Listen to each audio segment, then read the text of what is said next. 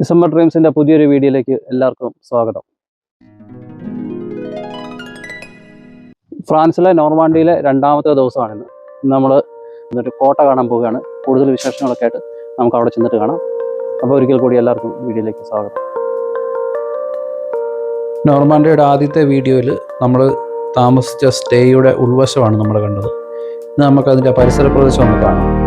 ചുറ്റും പച്ചപ്പും ഹരിതാപവും മാത്രം, കണ്ണിന് കുളിർമയേകുന്ന ഒരുപാട് കാഴ്ചകൾ.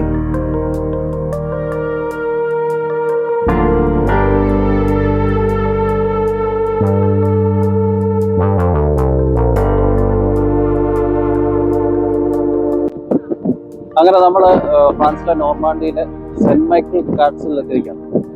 ഈ കാസിലിന് ഒത്തിരി പ്രത്യേകതയുണ്ട്. ആ കാസിൽ നിന്ന് കാണിച്ചു തരാം. അങ്ങ് അകലെ കാണുന്നതാണ് മൗണ്ട് സെൻറ്റ് മൈക്കിൾ എന്ന് പറയുന്നത്. നമ്മളിപ്പോൾ ഉള്ളത് ഇവിടുത്തെ കാർ പാർക്കിങ്ങിൻ്റെ വെളിയിലുള്ള ബസ് സ്റ്റോപ്പിലാണ്. ഇവിടെ നിന്ന് ഇവരുടെ ഒരു ബസ്സിന് വേണം നമുക്ക് മൗണ്ട് സെൻറ്റ് മൈക്കിളിലേക്ക് പോകാനായിട്ട്. ഇവരുടെ ബസ്സിന് പോവുകയാണെങ്കിൽ ഒരു 20 മിനിറ്റ് കൊണ്ട് നമുക്ക് അവിടെ എത്താൻ പറ്റും. അതല്ല നടന്നാണ് പോകുന്നതെങ്കിൽ നമുക്കൊരു 40 മിനിറ്റ് കൊണ്ട് നടന്ന് അവിടെ എത്താൻ പറ്റും. ഈ കാണുന്ന തരത്തിലുള്ള ബസ്സുകളിലാണ് നമ്മളെ കാർ പാർക്കിങ്ങിൽ നിന്നും മൗണ്ട് സെൻറ്റ് മൈക്കിളിലേക്ക് എത്തിക്കുന്നത്. ഈ ബസ് സൗജന്യമാണ്. ഈ ബസ്സിൻ്റെ പ്രത്യേകത എന്തെന്നാൽ ഈ ബസ് തിരിക്കില്ല. ഈ ബസ് 2 ഡയറക്ഷനിലോട്ടും ഈ ബസ്സിന് ഓടിക്കാൻ സാധിക്കും.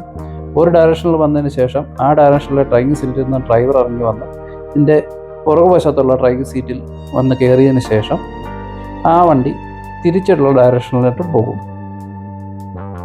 ഇപ്പോൾ നിങ്ങൾക്ക് നോക്കിയാൽ കാണാം, ആ ഡ്രൈവിംഗ് സീറ്റിലേക്ക് ഡ്രൈവർ കയറുന്നതും ആ വണ്ടി ഇനി ഈ ഡയറക്ഷനിലേക്ക് മുമ്പോട്ട് പോകുന്നതും കാണാൻ പറ്റും.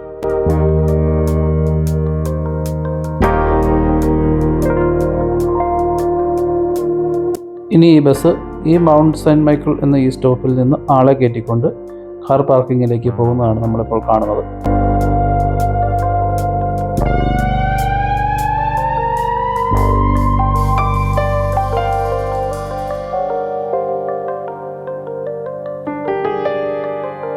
ഈ ഡ്രൈവിംഗ് സീറ്റിൽ ഇപ്പോൾ ഡ്രൈവർ ഇല്ല. സ്റ്റിയറിംഗ് ലോക്ക് ചെയ്തതിന് ശേഷമാണ് ഡ്രൈവർ മറ്റേ സൈഡിലെ ഡ്രൈവിംഗ് സീറ്റിലേക്ക് പോകുന്നത്.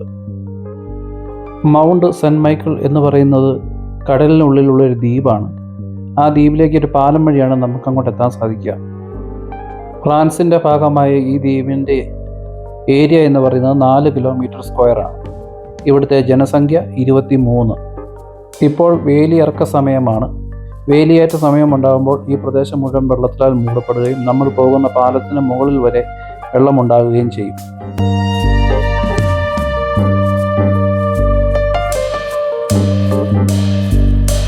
അല്ലു അർജുൻ നായകനായ ഈ തെലുങ്ക് സിനിമയുടെ സോങ്ങിൻ്റെ കുറേ ഭാഗങ്ങൾ ഇതിവിടെ വെച്ച് ചിത്രീകരിച്ചിട്ടുണ്ട്.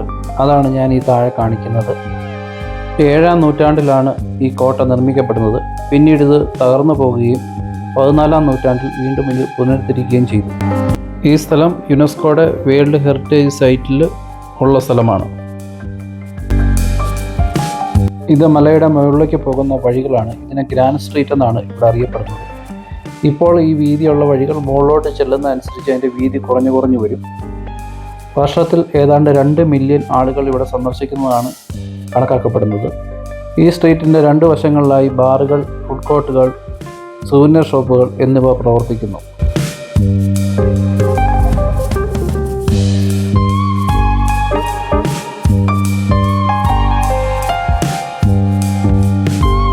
മല കയറി ഏതാണ്ട് മധ്യഭാഗത്ത് എത്തുമ്പോൾ നമുക്ക് പുറത്തേക്ക് ഇങ്ങനൊരു വ്യൂ ഉണ്ട്. ഇവിടെ നിന്ന് കഴിഞ്ഞാൽ നമുക്ക് കടലിൻ്റെ മുഴുവൻ വ്യൂവും കാണാൻ പറ്റും.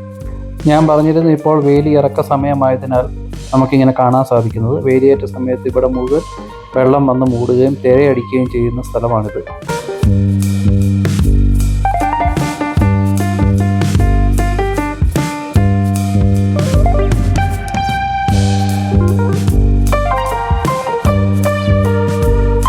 താഴെ നിന്ന് മുകളിലെത്താൻ ഏതാണ്ട് 900 പടവുകളാണ് ഈ കോട്ടയ്ക്കുള്ളത്. അങ്ങനെ നമ്മൾ ഏറ്റവും ടോപ്പിലെത്തി പള്ളിയുടെ മുമ്പിൽ, സെൻറ്റ് മൈക്കിൾ പള്ളിയുടെ മുമ്പിലായിട്ട് എത്തിയിരിക്കുകയാണ്. ഇതൊരു ടെറസാണ്. ഇവിടെ നിന്ന് നോക്കിയാൽ നമുക്ക് കടലിൻ്റെ വിശാലമായ കാഴ്ചകൾ കാണാൻ പറ്റും. ഈ ടെറസിൽ ഉണ്ടാക്കി വെച്ചിരിക്കുന്ന ഒരു യന്ത്ര കുതിരയാണ് നമ്മളിപ്പോൾ കാണാൻ പോകുന്നത്. ആ യന്ത്ര കുതിര ഇടയ്ക്കിടയ്ക്ക് ഇതിങ്ങനെ പ്രവർത്തിക്കുന്നത് നമുക്ക് കാണാൻ പറ്റും.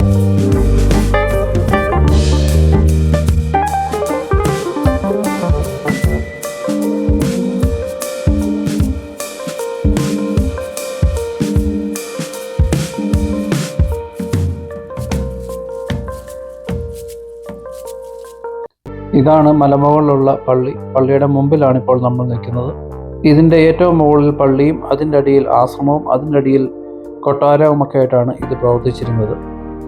യുദ്ധകാലഘട്ടങ്ങളിൽ ഇത് പട്ടാള ഓഫീസുകളായും യുദ്ധ തടവറകളായും ഉപയോഗിച്ചിരുന്നു. പള്ളിക്കുള്ളിലേക്ക് കയറുമ്പോൾ ഈ മലയുടെ ഒരു മിനിയേച്ചർ രൂപം ഇവിടെ വെച്ചിരിക്കുന്നത് നമുക്ക് കാണാൻ പറ്റും.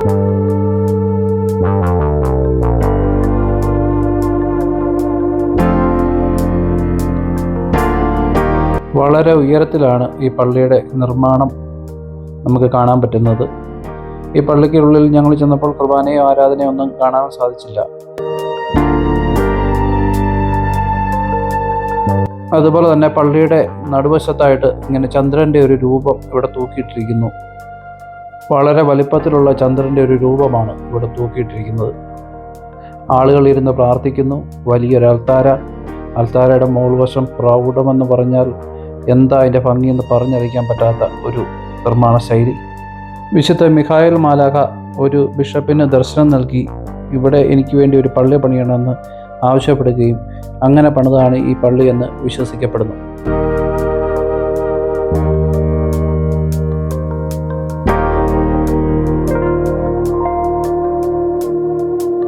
പള്ളിയിൽ നിന്ന് ഒരു സൈഡിലേക്ക് ഇറങ്ങുമ്പോൾ പുല്ല് പിടിപ്പിച്ചൊരു നാലുകെട്ട് പോലത്തെ ഒരു ഭാഗം കാണാം. വളരെ ചെറിയ തൂണുകളോട് കൂടിയ ഒന്നിടവിട്ട തൂണുകളോട് കൂടിയ വളരെ മനോഹരമായ ഏരിയ. ഈ പള്ളിയുടെ ഏറ്റവും മനോഹരമായ ഭാഗം ഇതാണെന്ന് എനിക്ക് തോന്നും. ഈ നാലുകെട്ട് പോലത്തെ ഭാഗം. ഈ തൂണുകളെല്ലാം വളരെ ചെറുതാണ്, ഒന്നിടവിട്ട തൂണുകളാണ്. ഇവിടുത്തെ ഒരു കിളിവാതിലൂടെ നോക്കുമ്പോൾ നമുക്ക് കടലിൻ്റെ കുറച്ച് ഭാഗങ്ങളും കൂടെ കാണാൻ സാധിക്കും. വളരെ മനോഹരമായൊരു ഏരിയ. പണ്ട് ഇവിടുത്തെ സന്യാസി മഠങ്ങളുടെ ഊട്ടുവരെയാണ് നമുക്കിവിടെ കാണാൻ സാധിക്കുന്നത്. പിന്നെ പുറത്തോട്ടിറങ്ങുമ്പോൾ ഇതുപോലെ തൂണുകളോട് കൂടിയ കുറേ ഏരിയകൾ നമുക്ക് കാണാൻ സാധിക്കും.